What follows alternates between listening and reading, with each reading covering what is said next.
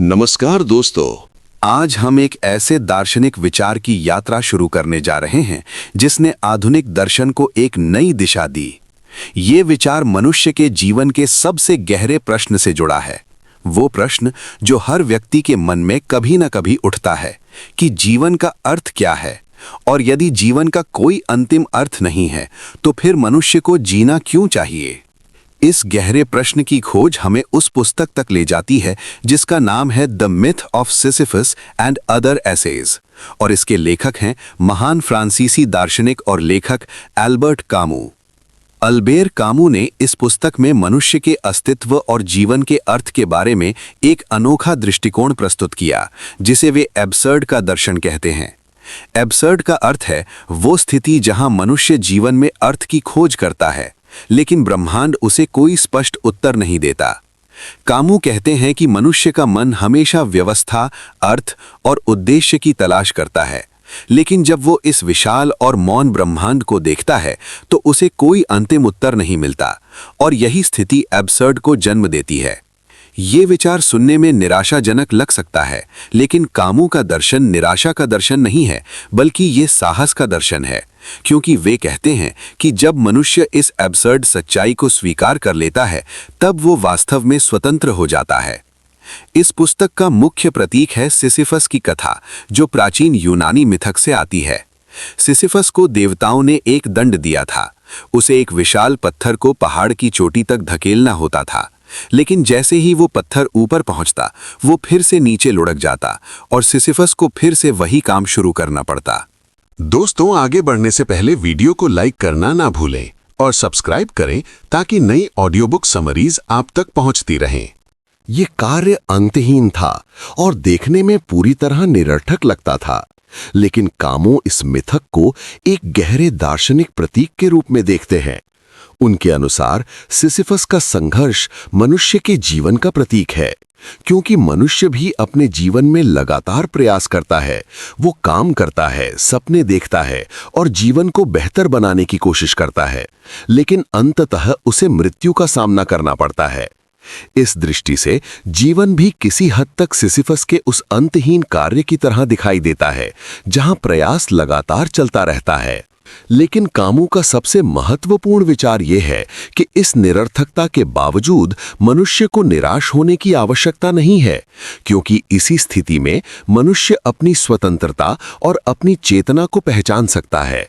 वे कहते हैं कि जब मनुष्य ये स्वीकार कर लेता है कि जीवन का कोई अंतिम अर्थ नहीं है, तब वो अपने जीवन को अपनी शर्तों पर जी सकता है। और यही एब्सर्ड का विद्रोह है, जहां मनुष्य जीवन की निरर्थकता के सामने हार नहीं मानता, बल्कि उसे स्वीकार करके भी जीने का निर्णय करता है। और इसी विचार के साथ हमारी ये यात्रा आगे बढ़ती है, जहां हम समझने की कोशिश करेंगे कि कामू के अनुसार एब्सर्ड का सामना करते हुए मनुष्य अपने जीवन को कैसे जी सकता है, और क्यों सिसिफस की कहानी मानव अस्तित्व का सबसे शक्तिशाली प्रतीक बन जाती है। कामू अपने दर्शन की शुरुआत एक बहुत ही सीधा और साहसिक प्रश्न से करते हैं। वे कहते हैं कि दर्शन का सबसे महत्वपूर्ण प्रश्न आत्महत्या का प्रश्न है। इसका अर्थ ये नहीं है कि वे आत्महत्या का समर्थन करते हैं, बल्कि वे ये पूछते हैं कि यदि जीवन का कोई अंतिम अर्थ नहीं है तो क्या जीवन जीने का कोई कारण बचता है। उनके अनुसार जब मनुष्य पहली बार ये महसूस करता है कि जीवन में कोई अंतिम उद्देश्य नहीं है, तब वो गहरे अस्तित्ववादी संकट का सामना करता है, क्योंकि उसे लगता है कि उसके सारे प्रयास व्यर्थ हैं। लेकिन कामू कहते हैं कि यही वो क्षण है जहां से वास्तविक दर्शन शुरू होता है, क्योंकि अब मनुष्य को यह तय करना होता है कि वो इस सच्चाई के साथ कैसे जिएगा। वे कहते हैं कि एब्सर्ड का अनुभव तब होता है जब मनुष्य की अर्थ की इच्छा और ब्रह्मांड की मौनता आमने सामने आती हैं। मनुष्य उत्तर चाहता है, लेकिन ब्रह्मांड कोई उत्तर नहीं देता। यही टकराव एब्सर्ड को जन्म देता है, और यही टकराव मानव चेतना को भी जन्म देता है, क्योंकि जब हम इस टकराव को समझते हैं तब हम अपने अस्तित्व के प्रति जागरूक हो जाते हैं। कामू कहते हैं कि इस स्थिति में मनुष्य के सामने 3 रास्ते होते हैं। पहला आत्महत्या, दूसरा किसी झूठे विश्वास में शरण लेना, और तीसरा, एब्सर्ड को स्वीकार करके भी जीवन को जीना। कामों के अनुसार पहला और दूसरा रास्ता मनुष्य की स्वतंत्रता को समाप्त कर देते हैं, क्योंकि आत्महत्या जीवन को ही समाप्त कर देती है और झूठे विश्वास मनुष्य को भ्रम में डाल देते हैं। इसलिए वे तीसरे रास्ते की बात करते हैं, जहां मनुष्य एब्सर्ड को स्वीकार करता है, लेकिन उसके बावजूद जीवन को पूरी जागरूकता और साहस के साथ जीता है। कामू कहते हैं कि यही एब्सर्ड का विद्रोह है, जहां मनुष्य जीवन की निरर्थकता के सामने झुकता नहीं, बल्कि उसके बावजूद जीने का निर्णय करता है। और इसी विद्रोह में मनुष्य की वास्तविक स्वतंत्रता छिपी होती है, क्योंकि अब वो किसी बाहरी अर्थ या उद्देश्य पर निर्भर नहीं रहता, बल्कि अपने जीवन को स्वयं अर्थ देता है। धीरे धीरे ये विचार हमें उस दिशा में ले जाता है जहां हम समझने लगते हैं कि सिसिफस की कहानी केवल एक मिथक नहीं, बल्कि मनुष्य के जीवन का गहरा प्रतीक है। और यहीं से हमारी अगली यात्रा शुरू होती है, जहां हम देखेंगे कि सिसिफस की उस अंतहीन मेहनत में कामों को क्यों एक गहरा दार्शनिक अर्थ दिखाई देता है, और क्यों वे अंत में ये कहते हैं कि हमें सिसिफस को खुश कल्पना करना चाहिए। अब जब एल्बर्ट कैमू एब्सर्ड की अवधारणा को स्पष्ट कर देते हैं, तब वे हमें उस स्थिति की ओर ले जाते हैं जहां मनुष्य इस सच्चाई के साथ जीना सीख सकता है, क्योंकि उनके अनुसार एब्सर्ड को समझ लेना केवल शुरुआत है। असली प्रश्न ये है कि इस समझ के बाद मनुष्य अपने जीवन को कैसे जिए। कामू कहते हैं कि जब मनुष्य पहली बार एब्सर्ड का अनुभव करता है, तब उसे अपने जीवन की कई चीजें अचानक अलग दिखाई देने लगती हैं। जो चीजें पहले सामान्य लगती थीं, वे अब अजीब और अर्थहीन प्रतीत हो सकती हैं, क्योंकि अब मनुष्य ये देखना शुरू करता है कि जीवन के बहुत से कार्य केवल आदतों के कारण किए जाते हैं। मनुष्य सुबह उठता है, काम पर जाता है, दिन भर मेहनत करता है, फिर घर लौटता है, और ये चक्र बार बार दोहराया जाता है। और एक दिन अचानक उसे ये प्रश्न परेशान करने लगता है कि ये सब क्यों हो रहा है। कामू कहते हैं कि यही वो क्षण है जहां एब्सर्ड की चेतना जन्म लेती है, क्योंकि मनुष्य को ये एहसास होने लगता है कि उसका जीवन एक निश्चित धर्री पर चल रहा है, लेकिन उसका कोई अंतिम उद्देश्य स्पष्ट नहीं है। लेकिन कामू का मानना है कि इस एहसास से डरने की आवश्यकता नहीं है, क्योंकि यही एहसास मनुष्य को वास्तविक स्वतंत्रता की ओर ले जाता है। जब मनुष्य ये समझ लेता है कि जीवन में कोई तय अर्थ नहीं है, तब वो बाहरी अपेक्षाओं से मुक्त हो सकता है, क्योंकि अब वो अपने जीवन को अपने तरीके से जीने के लिए स्वतंत्र होता है। कामू कहते हैं कि एब्सर्ड का सामना करने के लिए मनुष्य को 3 चीजों की आवश्यकता होती है: जागरूकता, स्वतंत्रता और विद्रोह। जागरूकता का अर्थ है इस सच्चाई को स्पष्ट रूप से देखना कि जीवन में कोई अंतिम अर्थ नहीं है। स्वतंत्रता का अर्थ है इस सच्चाई को स्वीकार करने के बाद भी जीवन को अपनी शर्तों पर जीना। और विद्रोह का अर्थ है इस निरर्थकता के बावजूद जीवन को पूरी तीव्रता के साथ जीते रहना। कामू के अनुसार यही विद्रोह मनुष्य की महानता है, क्योंकि वो जानता है कि जीवन में कोई अंतिम उत्तर नहीं है, फिर भी वो जीने का निर्णय करता है। वे कहते हैं कि एब्सर्ड मनुष्य वो है जो इस सच्चाई से भागता नहीं, बल्कि उसे स्वीकार करता है और उसके बावजूद जीवन के हर क्षण को पूरी जागरूकता के साथ जीता है। इस प्रकार एब्सर्ड का दर्शन निराशा का दर्शन नहीं, बल्कि साहस का दर्शन बन जाता है, क्योंकि इसमें मनुष्य अपने जीवन के लिए पूरी जिम्मेदारी स्वीकार करता है। कामू कहते हैं कि जब मनुष्य इस दृष्टि को अपनाता है, तब उसका जीवन अधिक गहरा और अधिक वास्तविक हो जाता है, क्योंकि अब वो भ्रमों में नहीं, बल्कि सच्चाई में जी रहा होता है। धीरे धीरे यही समझ हमें सिसिफस की कहानी की ओर वापस ले जाती है, क्योंकि वही कहानी इस पूरे दर्शन का सबसे शक्तिशाली प्रतीक बन जाती है। सिसिफस को एक अंतहीन कार्य दिया गया था, पत्थर को पहाड़ की चोटी तक ढकेलना, और हर बार वो पत्थर फिर से नीचे गिर जाता था। लेकिन कामू कहते हैं कि इस कहानी का सबसे महत्वपूर्ण क्षण वो है जब सिसिफस उस पत्थर को ऊपर ढकेलने के बाद नीचे लौटता है। उस क्षण वो अपने भाग्य को समझता है और फिर भी वो उसे स्वीकार करता है, और यही स्वीकार उसे एक प्रकार की स्वतंत्रता देता है, क्योंकि अब वो अपने कार्य के प्रति जागरूक है और उसके बावजूद वो अपने संघर्ष को जारी रखता है। और इसी विचार के साथ हमारी ये यात्रा आगे बढ़ती है, जहां हम समझेंगे कि कामू क्यों कहते हैं कि सिसिफस की इस निरर्थक प्रतीत होने वाली मेहनत में भी एक गहरा अर्थ छिपा हुआ है, और क्यों वे अंत में ये कहते हैं कि हमें सिसिफस को खुश कल्पना करना चाहिए। अब जब एल्बर्ट कैमू सिसिफस की कहानी को एब्सर्ड जीवन का प्रतीक बताते हैं, तब वे हमें उस गहरे क्षण की ओर ले जाते हैं जो इस पूरी कहानी का सबसे महत्वपूर्ण बिंदु है। और वो क्षण है जब सिसिफस पत्थर को पहाड़ की चोटी तक ढकेलने के बाद वापस नीचे उतरता है। कामू कहते हैं कि यही वो समय है जब सिसिफस पूरी तरह जागरूक होता है। वो अपने भाग्य को समझता है। वो जानता है कि उसका कार्य अंतहीन है, और फिर भी वो अपने जीवन को जारी रखने का निर्णय करता है। इस क्षण में सिसिफस केवल एक दंडित व्यक्ति नहीं रह जाता, बल्कि वो एक सचेत व्यक्ति बन जाता है, क्योंकि अब वो अपने भाग्य को समझते हुए भी उसे स्वीकार करता है। कामू कहते हैं कि जब मनुष्य अपने जीवन की वास्तविकता को पूरी तरह समझ लेता है, तब उसके भीतर एक नई शक्ति उत्पन्न होती है, क्योंकि अब वो भ्रमों से मुक्त हो चुका होता है।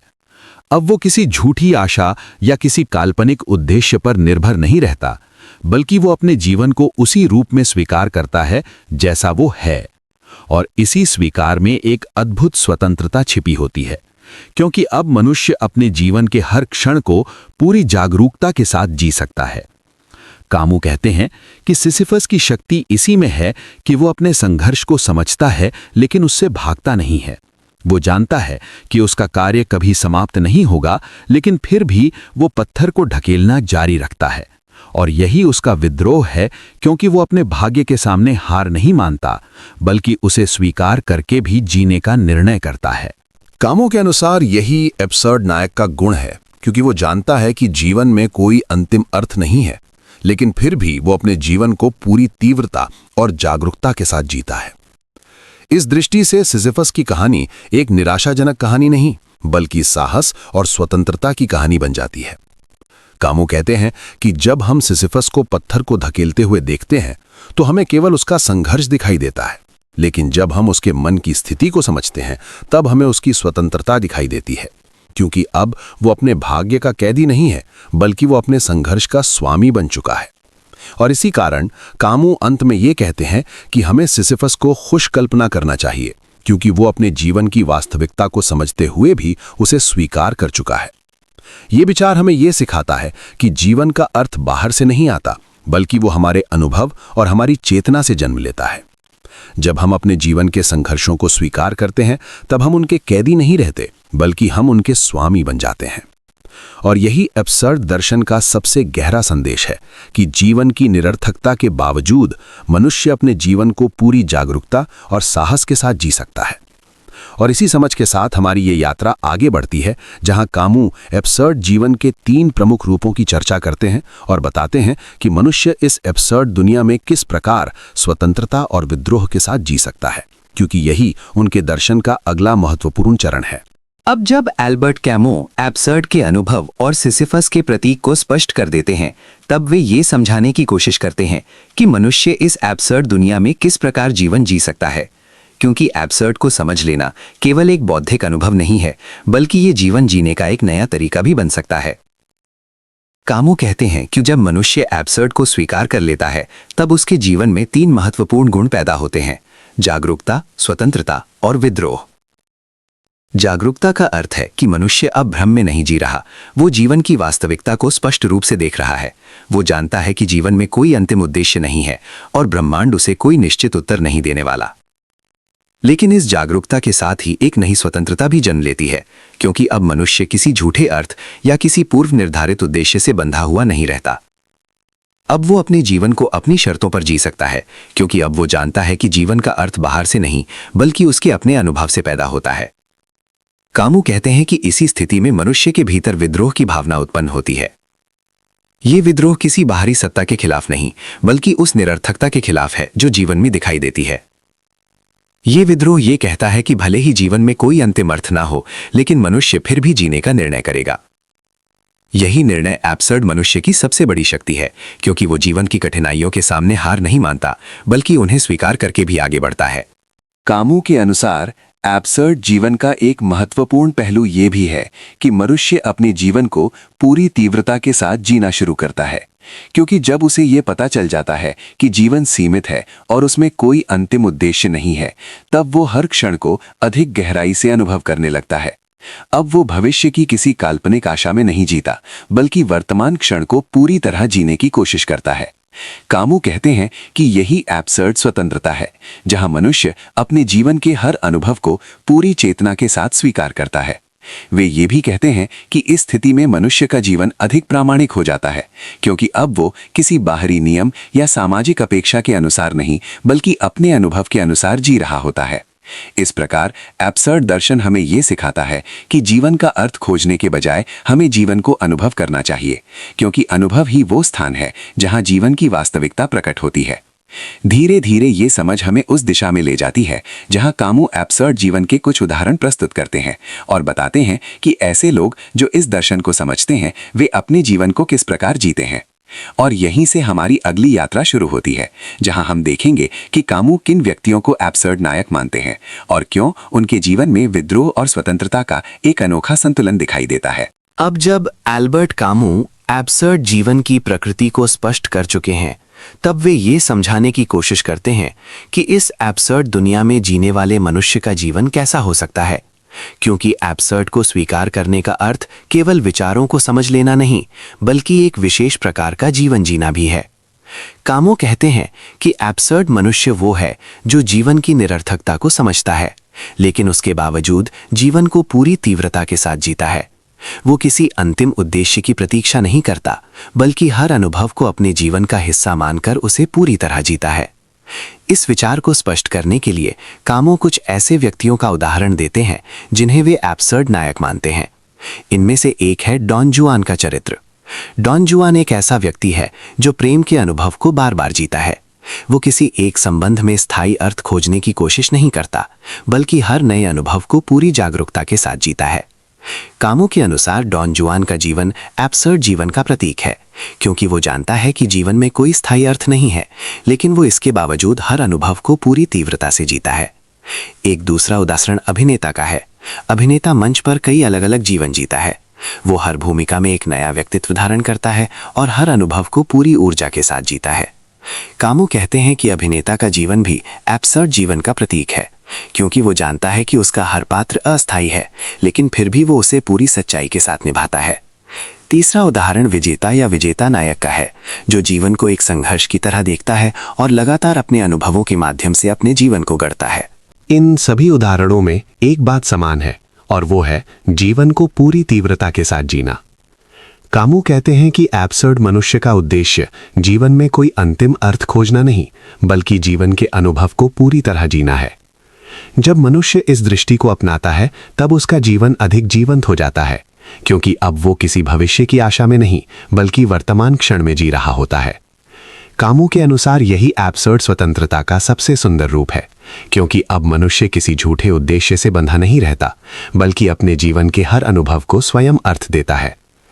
इस प्रकार एब्सर्ड दर्शन हमें ये सिखाता है कि जीवन का मूल्य उसकी अवधि या उसके अंतिम परिणाम में नहीं, बल्कि उसके अनुभव में है। जब हम अपने जीवन के हर क्षण को पूरी जागरूकता और तीव्रता के साथ जीते हैं, तब हम वास्तव में जीवित होते हैं। और यही एब्सर्ड जीवन की सबसे बड़ी शक्ति है, क्योंकि ये हमें जीवन के हर अनुभव को एक नए दृष्टिकोण से देखने की प्रेरणा देता है। और इसी विचार के साथ हमारी ये यात्रा आगे बढ़ती है, जहां हम इस पूरे दर्शन के अंतिम संदेश को समझेंगे, क्योंकि कामू अंत में हमें ये बताने की कोशिश करते हैं कि एब्सर्ड को स्वीकार करने के बाद भी मनुष्य कैसे एक अर्थपूर्ण और साहसी जीवन जी सकता है। अब इस विचार यात्रा के अंतिम चरण में हम उस बिंदु पर पहुंचते हैं जहां एल्बर्ट कामू अपने दर्शन का सबसे गहरा और सबसे साहसिक संदेश प्रस्तुत करते हैं, क्योंकि अब तक उन्होंने हमें ये दिखाया है कि जीवन में कोई अंतिम अर्थ नहीं है और ब्रह्मांड मनुष्य के प्रश्नों का कोई निश्चित उत्तर नहीं देता। लेकिन इसके बावजूद कामू ये कहते हैं कि मनुष्य को निराश होने की आवश्यकता नहीं है, क्योंकि इसी स्थिति में उसकी वास्तविक स्वतंत्रता छिपी हुई है। जब मनुष्य ये स्वीकार कर लेता है कि जीवन का कोई अंतिम उद्देश्य नहीं है, तब वो अपने जीवन को पूरी जागरूकता और साहस के साथ जी सकता है, क्योंकि अब वो किसी भ्रम या किसी झूठी आशा के सहारे नहीं जी रहा होता। कामू कहते हैं कि एब्सर्ड जीवन का सबसे महत्वपूर्ण गुण है विद्रोह। ये विद्रोह जीवन के खिलाफ नहीं, बल्कि उस निरर्थकता के खिलाफ है जो जीवन में दिखाई देती है। मनुष्य इस निरर्थकता को देखकर हार नहीं मानता, बल्कि उसके बावजूद जीने का निर्णय करता है। यही निर्णय उसे एक विशेष प्रकार की स्वतंत्रता देता है, क्योंकि अब वो अपने जीवन को अपने अनुभवों के आधार पर जी सकता है। कामों के अनुसार एब्सर्ड मनुष्य वो है जो जीवन को पूरी तीव्रता के साथ जीता है। वो हर अनुभव को स्वीकार करता है, चाहे वो सुख हो या दुख, क्योंकि वो जानता है कि यही अनुभव उसके जीवन की वास्तविकताएं हैं। और यही कारण है कि कामू अंत में सिसिफस की कहानी को एक आशा के प्रतीक के रूप में प्रस्तुत करते हैं। सिसिफस को देवताओं ने एक अंतहीन दंड दिया था, लेकिन जब वो अपने भाग्य को समझते हुए भी अपने कार्य को जारी रखता है, तब वो वास्तव में स्वतंत्र हो जाता है। कामू कहते हैं कि सिसिफस का संघर्ष ही उसकी विजय है, क्योंकि वो अपने भाग्य के सामने झुकता नहीं, बल्कि उसे स्वीकार करके भी जीता है। इसी कारण वे ये प्रसिद्ध वाक्य कहते हैं कि हमें सिसिफस को खुश कल्पना करना चाहिए, क्योंकि वो अपने जीवन की वास्तविकता को समझते हुए भी अपने संघर्ष को जारी रखता है। और यही एब्सर्ड दर्शन का सबसे गहरा संदेश है कि जीवन का अर्थ बाहर से नहीं आता, बल्कि वो हमारे अनुभव और हमारी चेतना से जन्म लेता है। जब हम अपने जीवन के संघर्षों को स्वीकार करते हैं, तब हम उनके कैदी नहीं रहते, बल्कि हम उनके स्वामी बन जाते हैं। The myth of Sisyphus and other essays हमें ये सिखाती है कि जीवन की निरर्थकता के बावजूद मनुष्य अपने जीवन को साहस, स्वतंत्रता और जागरूकता के साथ जी सकता है।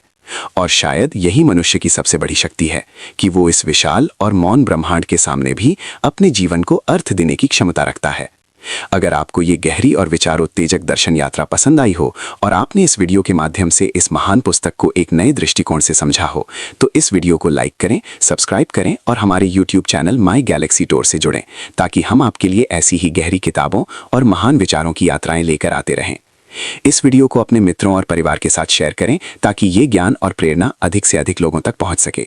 धन्यवाद और जुड़े रहिए माई गैलेक्सी टूर के साथ, जहां हम दर्शन, किताबों और जीवन के गहरे विचारों की अद्भुत यात्राएं आपके लिए लेकर आते हैं।